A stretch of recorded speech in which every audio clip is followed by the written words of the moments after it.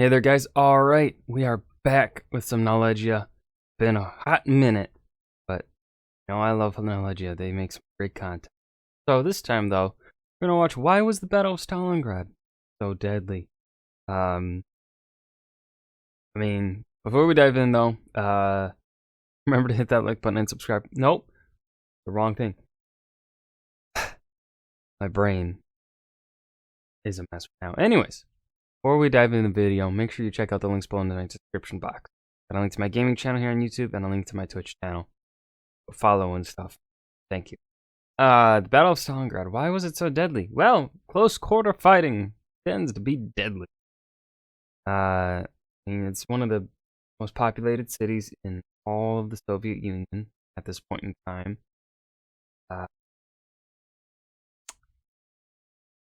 But still, compared to other fighting in other cities, nothing compares to Stalingrad. And I think you can kind of see that as Russia perhaps thought that if Stalingrad fell, that would give the Germans a wide opening into the oil fields of the Caucasus, allow them to cut off the Caucasus. I think what the Germans want to do is go straight east from Stalingrad to reach, I don't remember what lake or sea it is over there. Is that the Black? No, that's not the Black Sea.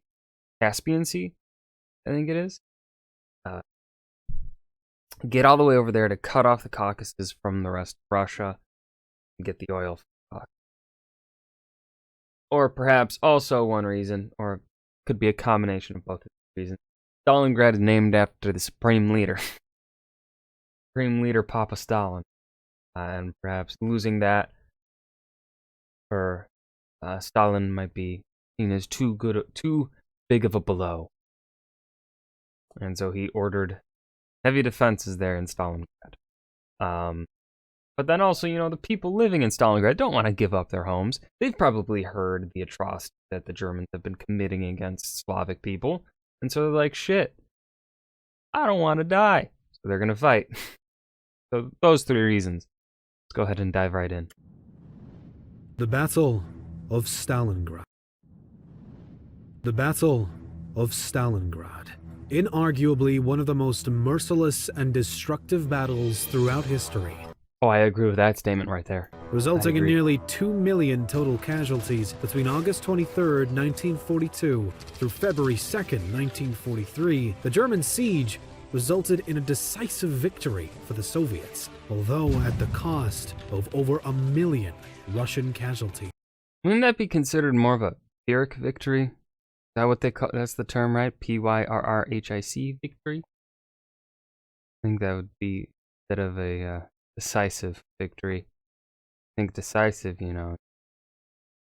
but I don't know these terms. The numbers of the I'm not a military historian. I'm a political, cultural kind of dude. Battle of Stalingrad seemed ridiculously high on both sides. So why was the Battle of Stalingrad so deadly? Stalingrad, now known as Volgograd, was a large industrial Oh god, I keep forgetting about its new name. City that spanned along the Volga River and became an important target for the Germans. Not only would the capture of such a significant industrial city have damaging effects on the Soviet Union in its entirety, but to seize a city named after the Soviet head of state himself would serve as a great benefit for German propaganda and psychological warfare. By this point, the Germans had already captured a large portion of today's Ukraine and Belarus, but had failed a prior attempt to get a foothold in Russia's western city of Moscow in the winter of 1941 through 1942. Still, despite the triumph for the Soviets at Moscow, their Red Army had been worn down, losing a notable number of men and weaponry. With apparent confidence that the damaged troops of the Soviets would be unable to stop another advance so soon, the German Chancellor called for Operation Blue. Base Blue was the German Armed Forces name for its plan for the 1942 strategic summer offensive in southern Russia. This is cut off by my face. The goal was to capture the oil fields of Baku and the city of Stalingrad. The operation was decided to be carried out by the German Army Group South under the command of Field Marshal Fedor von Bock, but as the offense began on July 9, 1942, Germany decided to tweak their plan. Instead of capturing Stalingrad before moving on to conquer the rest, the German Führer wanted to aim for both goals simultaneously. Army Group South. I don't think he's going to explain it because it's only there is Crazy Man Hitler does have a reason for, and it's a very, I would argue that it is a justifiable reason to divert the forces in two directions like this, because at this point in time, the Germans are really struggling with oil by now. Like, it's prevalent. It's obvious. Like, they were struggling with oil, I think, by the beginning of the campaign. Especially by this point, they are so close to the Caucasus, they need to rush for them. They need that oil. They really need the oil. So to divert forces south, trying to achieve both goals at once, because also, I would say it is a fair assumption on the German point of view, military point of view, like, hey, we're doing so well in this war already. You don't need to put as much focus on taking it. Like, they've already marched this far. They've completely decimated Soviet forces. So I think it's a reasonable assumption to believe that it is okay for them to divert forces. Have an army group go to Stalingrad and another group go south. I think my explanation there made sense. Was divided into Army Group A and Army Group B, with the first being led by Field Marshal Wilhelm List, and the latter under the command of Fedor von Bock, although he was shortly replaced by Field Marshal Maximilian von Weichs. No. Who was he replaced? As Army Group A captured Rostov and continued on their path, the 4th Panzer Army, led by Hermann Hoth, was reassigned from Army Group B to go assist Army Group A. Meanwhile, Joseph Stalin made his first major move in response to the building threat. In an extreme reaction to the inevitable clash with Germany, the Soviet leader issued Order Number 227, which is often referred to as the Not One Step Back Order. Yeah. The order declares that one. no Russian fighter shall retreat or back down for any reason unless given an explicit order, and those who disobeyed, which he deemed as traitors and cowards, would be executed on the spot. Dun, dun, Additionally, dun. Stalin refused to evacuate the citizens of Stalingrad, as he claims that his troops would fight even harder with the knowledge that they had so many civilian lives to protect. Those troops consisted of the 21st, 62nd, 63rd, and 64th Armies, alongside the 8th Air Army, all commanded by Semyon Timoshenko. The Stalingrad front responded quickly to the German advancement as Hermann Hoth and his men began to approach from the southwest, while the German 6th Army was led by Frederick Paulus to join from the west. At first, the Soviets were able to hold off the incursion fairly well, although they did begin to give up territory very slowly. When the Battle of Stalingrad officially kicked off, Germany's 6th Army had pushed the Soviet 62nd and 64th Armies to the outskirts of the city as the German Luftwaffe dropped repetitive bombs on Stalingrad, quickly laying waste to most of its wooden buildings and structures over the first 48 hours. Many civilians were killed as the action began, yet some proceeded to work in the factories that had not been demolished by the bombs, such as the Stalingrad tractor factory, which continued to produce Soviet T-34 tanks as the struggle raged on. Other civilians who survived the first days were forced to build trenches and fortifications for the Soviet troops. By this point, all Russian forces were diverted to the bank of the Volga River as the Germans seemed to take an early upper hand and eventually push the Soviet troops back to where they only held a small portion of land along the river. The German airstrikes made this position difficult, as ships coming through the Volga were the Soviets' only way of supply, and their own air forces stood no match. Wolfram von Richthofen was a German fighter pilot during World War I and a field marshal in the German Air Force during World War II. Wolfram von Richthofen was the fourth cousin of the German World War I flying ace Manfred von Richthofen, popularly known as the Red Bear. Ah, that's neat information. Except I don't think the Red Baron would have fought for the Nazis. For Wolfram von Richthofen's Same. Air Fleet 4. Despite continuous aerial reinforcements on the Russian side, the Luftwaffe held undeniable control of the airspace over the city. The Soviets' 1077th Anti-Aircraft Regiment was now under immense pressure to fight off the increasing German air attacks, all while the German 16th Panzer Division advanced from the ground. Despite having zero training to deal with ground assaults, the 1077th fighters forced the panzers to engage with them shot for shot, until the latter was finally able to disable or destroy all 37 of the Soviets' anti-aircraft guns. The Germans were shocked to then discover that they had been fighting an entire regiment of women the entire time. Meanwhile, civilian militia groups made up of any men or women who were not still working in the factories were sent out, poorly equipped, to join the defensive fight. Small units on the ground for both sides now engaged in close combat all throughout Stalingrad, fighting over blocks and buildings, passing control back and forth. Throughout September, the Soviets attempted to launch multiple offensives against the Germans, but were beaten down, particularly by the Luftwaffe again and again.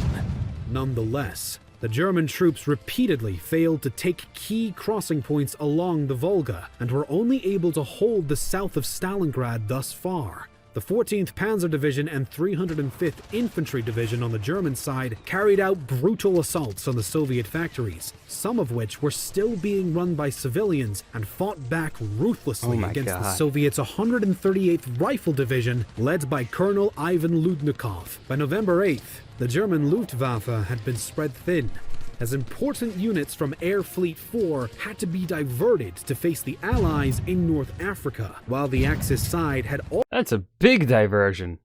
Going from Stalingrad and they're having to go to North Africa? Damn. also brought in pilots from the Royal Romanian Air Force, who had destroyed roughly 61 Soviet aircraft in Stalingrad. The Germans suffered the consequences of having to string their air force across multiple battle zones. Additionally, by mid-November, the Russians launched a new counteroffensive, codenamed Operation Uranus, and planned by Generals I shouldn't have said. I'm a child. Georgy Zhukov, Alexander Vasilevsky, and Nikolai Voronov. Beginning on November 9th. I like how they're providing. I love this.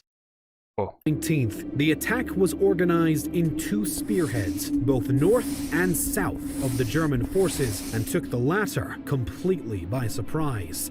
Strategically, the Soviets opted not to strike against Germany's 6th Army and 4th Panzer Army, but instead aimed for the weaker flanks. Less protected, undersupplied, undermanned, and made up of a demoralized team of Hungarian, Romanian, and Italian troops, the Germans' weaker flanks proved easy to penetrate for the Soviets, and both spearheads were reunited on November 23rd, completely encircling Germany's armies in Stalingrad. A plea was made to the German Chancellor to allow a retreat to reunite with the German forces outside the city, but the armies stuck in Stalingrad were simply told to stand and fight. Yep. Because the focus They weren't allowed to retreat. I think that was a direct command from Hitler himself not to retreat. wasn't taking every part of the city, the flanks were not strengthened enough.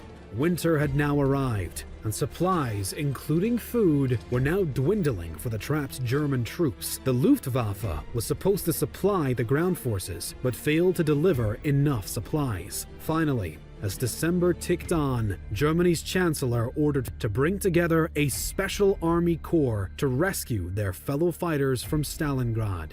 In a disastrous move, the chancellor refused again to let the trapped forces try and break through the encirclement. Manstein and his army were simply unable to advance through the Soviet line, which now launched Operation Saturn, intending to tighten their grasp around the enclosed Germans. Germany's chancellor again told his men to keep fighting, to the death even if need be. Nonetheless, following the Soviet launch of Operation Ring on January 10, 1943, the German Field Marshal Friedrich Paulus, who had been prompted along with the reminder from his chancellor that no field marshal had ever surrendered, reached his limit on January 31st. Paulus, accompanied by 22 of his generals, gave himself up. 2 days later, the only remaining 91,000 troops of the German 6th and 4th Panzer armies surrendered themselves to the Soviet Union. Of the 91,000 men who surrendered, only a few thousand would ever return home, while the rest died in Soviet prisons or labor camps. 250,000 German and Romanian bodies were recovered by the Russians after the battle ended, and the total number of casualties between the German, Hungarian, Romanian, and Italian troops from Stalingrad is believed to number more than 900,000. Roughly 40,000 civilians are believed to have perished as well, which was a predictable outcome in response to Stalin's refusal to evacuate his citizens before the combat took place, and others being forced to fight. The answer to why there were so many casualties in the Battle of Stalingrad is likely a combination of many things. Yes. For one, the civilian involvement in the conflict played a role. Another factor was Stalin's not one step back order, which prevented any retreats regardless of the circumstances and required an instant execution of any soldier who still attempted to back down anyway. In addition, the civilians and troops within the city would have been weakened by lack of necessary food and supplies, which had been cut off during and even before the battle truly began, both by the Germans and by the decision the Soviets had made to ship their grain and other stores out of Stalingrad. As another factor, many Soviet soldiers sent as reinforcements drowned while attempting to cross the Volga River, and others were very poorly equipped. The life expectancy of a Russian soldier in Stalingrad during the battle was around 24 hours. I was gonna say like maybe a few days. Not that. Ooh. The mass deployment of Ouch. troops for this battle and the psychological and economic importance of this city made the battle more deadly, as the Germans focused on cleaning the city and not on protecting the flanks with more men and logistics. Meanwhile, the Soviet soldiers were not allowed to retreat, and many were forced to fight, not being prepared for battle. Essentially, the Battle of Stalingrad was a deadly struggle for both sides, but it appears that the politics and policies of Stalin's Soviet Union and the general tide of the battle for a large portion of its occurrence resulted in an even more devastating toll for the Russian side, despite coming out triumphant. We have more stories and videos. And that was why the Battle of Stalingrad was so deadly. They didn't really answer the why until the very end there, but that's okay. This is mainly just a short video on the Battle of Stalingrad in whole, which I do not mind. Hope you guys enjoyed. Remember to hit that like button and subscribe for more. I will see you guys in the next video. Peace.